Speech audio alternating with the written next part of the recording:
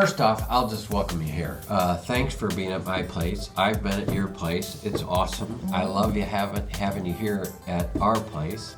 I know you're doing all the lights outside, so this is going to look like a Christmas tree little cabin, which is wonderful. But I like to learn from people of what helped get them to where they're at. The two of you are leading a large multi-service line company. That doesn't come easy, I know, but it also doesn't come to people who don't want that kind of challenge and opportunity. So maybe I'll start with you. Tell me a little bit, this is a Leadership Life segment. Tell me a little bit about how did Todd become Todd? Where did Todd being a leader and I'm going to do my own company and I'm going to look for a wife that can stand right beside me and we're going to go tackle all this stuff. Where did that guy generate? It's a good question. It's generated probably when I was young, and it's created probably through my dad. I'd say he was my influence, and I felt like he understood me the most when I was younger. Okay. So he would always take me to work and saw what he was doing, and I think it was like 10 years old when he started his own brick business. Yeah. So I saw that and watching him, getting up early, so I'd always see what he was doing, seeing if he came home with his work trailer or whatnot, and I was always impressed by it, right? He had tools and he had stuff. And, It was fun. It was cool. And then the trucks too, they're a little pickup nowadays, but back then I thought they were huge, right? Just a little 250, but. So yeah, he was always busy, and then even after dinner you'd go move trailers and I'd ride with him when I was younger. And that was always fun to me. So, and then watching it go from just him and a couple guys to mid-early teens, to having a crew or two, and then by the time I was about 18, and I was working with him for summers now at that point, he had about 3 crews. So I was like, yeah, this is going to be great. Yeah. He also had me cutting grass on the weekends. He's like, you got to learn your own thing. Everything I did, I had to pay for. He helped me out. He'd always make me pay it back, so I understood, hey, you have to be responsible for what you're doing. Yeah. So that was neat. And then the end of school was coming. So I wasn't a very big fan of school, so my dad knew that. He's like, well, either you're going to have to get into brickwork or you're going to have to cut grass. Well, sold all my lawn stuff. It's like, well, that's a no-brainer. I love all the guys my dad has, and I like working with him a lot. So I wanted to jump into that, and that was what, 08, 09 when the economy took a tank. So life changed real quick. Time to jump into that new profession. Yeah, I think it was a couple months after school. He's like, hey, you might want to think about cutting grass again. I'm like, what are you talking about? And he's like, I have literally the phone stopped ringing and I have no work. I'm like, oh boy. Well, that's not good. So that was a couple of years of watching, from growing up and everything growing to all of a sudden going back to nothing, and to watch losing all those relationships with the guys I grew up with, working, and then, just seeing my dad and what happened with him. I'm like, man, if I'm going to build this lawn business in time here, I want to create something that can continually sustain through no matter how tough it gets. Yep. So that was ultimately in my head after those couple of years, and it took a while. I think it was probably about 10 years cutting grass by myself, and you got married. Yeah, you right cut grass at the beginning. Quite a while by yourself with your dog. The dog. With the dog. And my earmuffs. The thing about the dog is it's a very loyal employee. The dog was great. Yep. Sometimes employees are looking for better pay or more benefits, right. and they want you to coddle them a bunch like the dog. You just yell at it and it keeps with you. That's right. Yeah. Give her a cheeseburger and she's happy to be. Yeah. And the caveat to this is there's free rodent control for these homeowners. Oh, yeah. Oh, yeah. She loved chasing all the little wildlife. Wow. Squirrels, rabbits, raccoons, cats, so. Yeah. All those houses She was were, a loyal employee for sure. Yep. So your dad instilled in you the desire to do it yourself and to control your own destiny. Then the struggles of the economic crisis said, I want to do that, but I want to do it in a more sustainable manner that I can control. And that ultimately led to you to diversifying the business. So you're doing landscape and brickwork and irrigation and lighting and the whole ball of wax. Absolutely. And where did you, what developed in you at an early age that said, hey, I think I want to connect with this really hardworking guy that wants to go do stuff, and I'm willing to do it right with him. Well, she saw that in high school. Okay. Well, in high school, he didn't like school. Okay. I liked school. I like to learn. I like school. I like books. So he would pay me to do his homework. That's good. So we worked well together, even in high school. And then after high school, then we finally started dating and stuff. And yeah, I knew what he was doing, but I didn't think I would really be helping him 100%.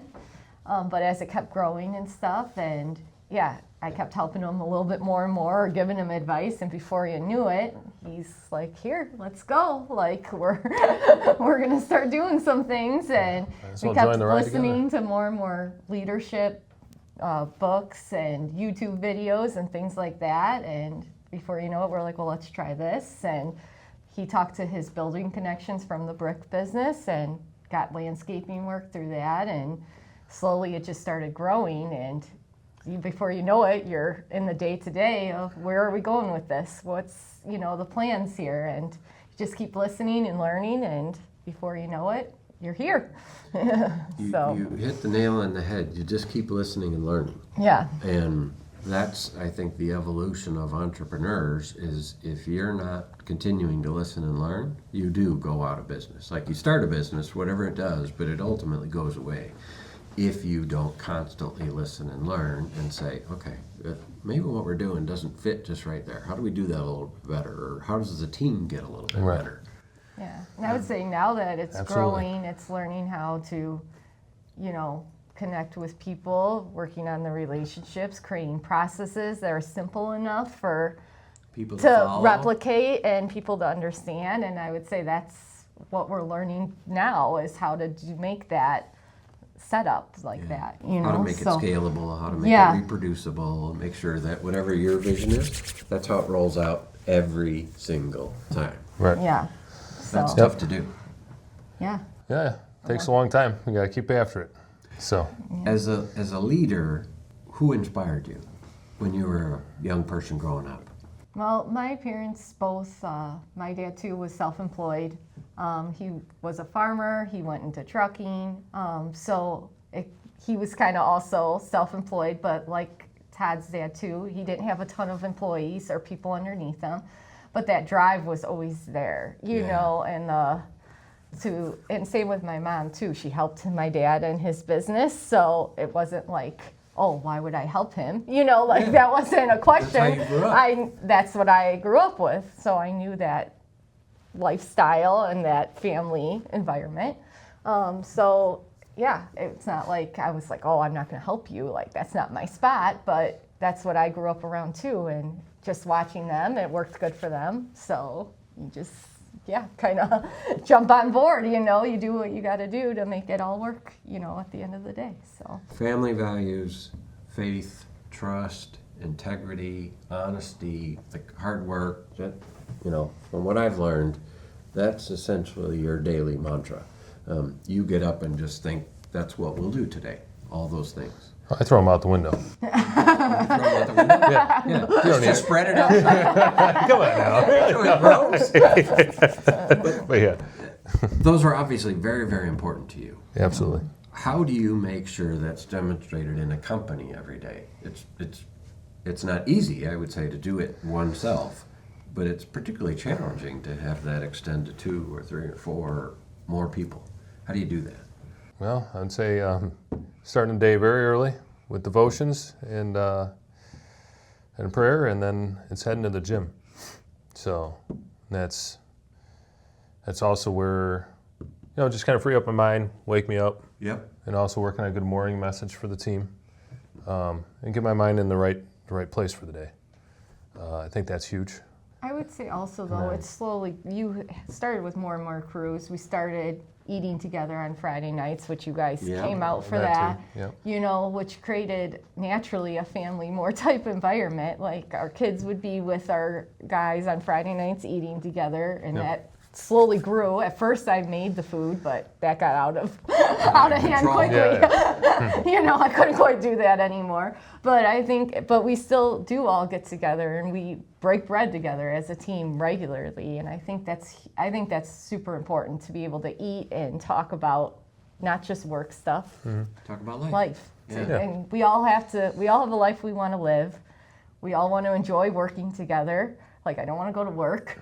Yeah. Not want, so create an environment where, hey, we all have things we want to do, but yet we all have to make the money to do them. So why not work at it together? We don't know everything. We need other people's expertise to make it all work, and let's have fun doing it. Like, You were wondering right prior to doing this of what are you going to be able to add on a leadership standpoint, and I think the people that will watch this will correlate it to what Andrew Berlin said about 2 weeks ago, sitting in that chair. And Andrew Berlin owns the South Bend Cubs. He's a minority owner in the Chicago Cubs, and he owns a company called Shield AI, or he's the chairman of a company called Shield AI. The guy's worth like $1 billion. And he was sitting in your chair, and he literally said almost those same exact words of, as long as we're doing it together, and you're spending your time doing this, you want to be with people that you want to be around, you want to be with people that care about you, and that's the essence of the business. And so if you're thinking that philosophy, that's pretty darn good, because that guy is the most successful guy I've ever met, and he's got the exact same grounding as you just spoke. So tell me about, just touch on the 4 businesses real quick. Grounding, where you started. Redwood. Redwood's our bread and butter. baby. Yeah. It says start with the cutting the grass. Now we're in the landscape. Snow removal is always a part of it. That's our bigger side of everything, and then everything else kind of flows with it to keep everyone busy and things moving. And that includes all of your patio, paver, brick, etc. Hardscaping, I think you call it. Yeah, hardscape, outdoor living. So anything in your backyard that you can think of that has to do with landscape, or even to building a pool house. We can, or shed. I mean, we can help out with a lot of things, pergolas, whatnot. But outdoor living, I'd say, redoing your landscape. And that business, I things. guess, is expanding dramatically just because people are saying, hey, if I'm not going to travel as much anymore and I really want to enjoy life, I'm putting it into my house. And I'm going to have an outdoor living room just like I have an indoor living room, and it's going to have cool stuff in it. It's not a concrete slab anymore. Now you're going to have... and outdoor TVs and stuff, all of that has really... Surround sound, make it feel like you're part of your own paradise. Landscape speakers, and it's definitely really grown. So you take them through everything from what kind of patio we're going to put down to what kind of shrubbery and greenery are you going to have around, to what kind of hardscape you're going to have, what kind of knee wall you're going to have for sitting, what kind of a fire pit you're going to build, literally like the whole outdoor environment. Mm-hmm. Yes, we do that. Tell me what you want and explain what you're looking for, or your wife, and we'll try to make it. Yeah, exactly. Create the paradise for for you. you. I want, and you just ignore it and listen to my Well, for you, absolutely. Typically that works better. Next, you got the irrigation side. Yes. The company that I applied for and was summarily rejected. Don't know who you applied with, but He was tough. Tell me about that business. that's a fun business. It's interesting, and I don't know, it's amazing. To me, I love it. We did it at our farmhouse, and just waking up in the morning, walking outside, and you see the sprinklers going. Yeah. To me, that's awesome. And your grass stays nice and green. So it really worked well with our landscape side, and really wanting to get into launching that. Had to deal with, for past years, we were always waiting on our subs to come, and they're like, oh, well, and we had some good subs that would move their schedule around. And it was great, don't get me wrong, but we still had to rely on them. And sometimes it didn't always work out. And sometimes you're stacked on the jobs with them. So it's like, hey, how can would it make sense to maybe start our own irrigation? Mm-hmm. Would it fit into our company? And would it help us out? And we kept concluding that it would. Mm-hmm. And then also with that being said, you're also going to pull in more customers for the irrigation side that we can help out on the landscape side. Yep. So we figured, Let's try it. let's jump in it. Yeah. And when 3's not enough, you just say, I got an idea. We need to do 4. Right. 4 different companies. Lumin8, yeah. Yeah. Let's go. So our lighting company, that started, what, 4 or 5 years ago. Yeah, I think so. That was, my mom always made me go hang out with the Christmas lights on the house. So I'm like, really? Yeah. But at the end of the day, I love being on the roof. It was fun. But she always had the icicle lights, and those were horrible. Yeah. Absolutely horrible. You're sitting there trying to untangle them all, and then the wind blows them, and you got to go fix them.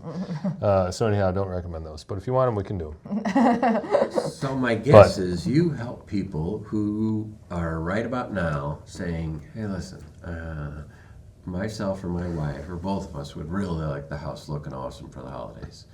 And I really hate getting the ladder out. And I really hate getting up on the ladder. And then my wife worries about me. And then she's giving me directions about how to be on the ladder. Or I don't even want to be on the ladder and she's on the ladder. And I'm giving her directions about being on the ladder. My guess is a lot of the people that are calling are just saying, I don't want to go on the ladder anymore. It's just, I don't like being, you said, I like being up on the ladder.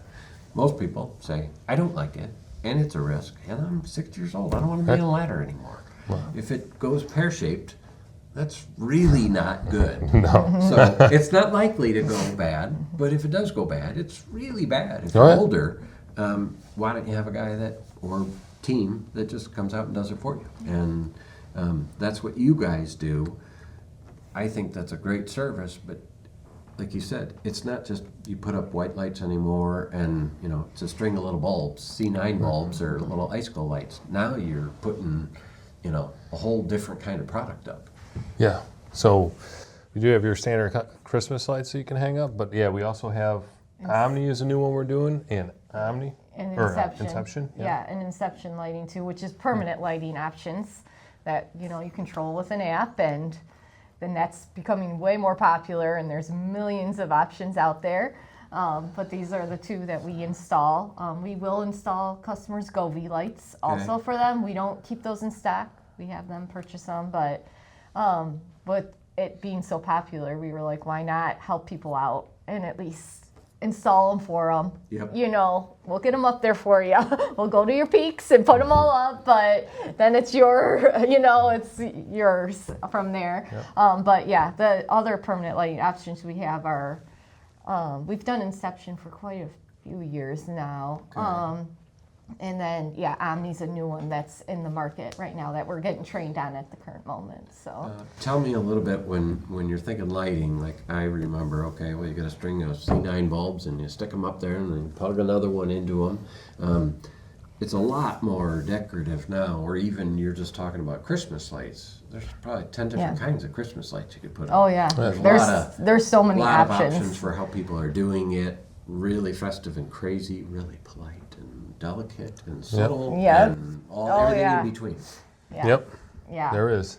There's a million ways you can go with all of it. Yeah, It and just depends what the customer wants at the end of the day. Yeah, and for the average people right now, or I should say the average that people want is your custom white lights that outline the roof line. Yep. And then Yeah. your that's typical usually wreath that we have lit with Garland. below. Garland, yeah. Yeah. Usually So- people don't go too much past that, but every once in a while. Yeah, it's fun when we run across ones like we really want a lot. Or a Merry Christmas Yeah. sign in the front Yeah. yard. We do signs that say Merry Christmas that light up. Oh, really? Yep. Happy holidays. Okay. Do signs like that. Yep. I think we do some Santa Clauses on chimneys too, if I remember correctly. Yeah, there's a big one in Crown Point that we do. It's kind of like a little state area. Okay.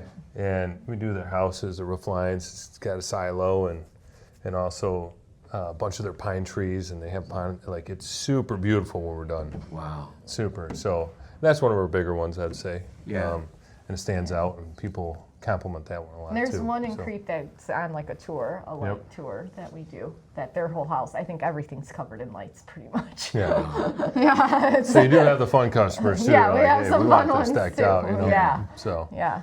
Tell me, let's sort of wrap the leadership discussion up with what do you want people to know about each of these entities? Whether they're looking for landscaping or hardscaping or irrigation stuff or lighting stuff, whatever it is, what do they get when they're talking to the Zandstras? For me, I want them to know that they're calling a reliable company that's honest and trustworthy, that'll show up when they say they're going to, and can get the job done right for them. And really to be part of our team and join our team. So whatever company that is, we just want to help people out. So.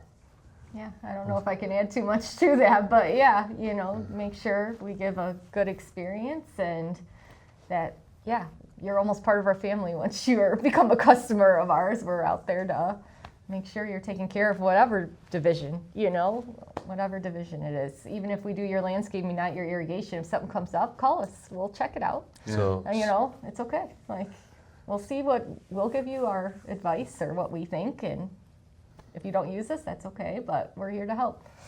So you ready to join our team or what? I was ready back in the landscape days. So discouraged. It is really interesting to me, though, that your humility leads you to think, I'm not sure what I have to offer. And that humility disguises the fact that you have the exact same principle that runs your family and your company.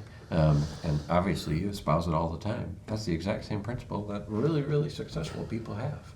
And I think wherever we are in the spectrum, that's what I'm trying to emphasize all the time, is leadership is available to everybody. You might not have grown up saying, I want to be a leader. You might not have grown up saying, I want to be a leader, but you definitely grew up saying, I want to impact the world around me probably as much as it impacts me, or ideally a little bit more. And that's, to me, the essence of a leadership. Mm-hmm. Awesome. Yeah, well said. Well, thank you for being here. Love working with you guys. Our team loves working with you guys. Oh, great. And let's go set up some lights. Absolutely. There you go. Okay. Sounds good.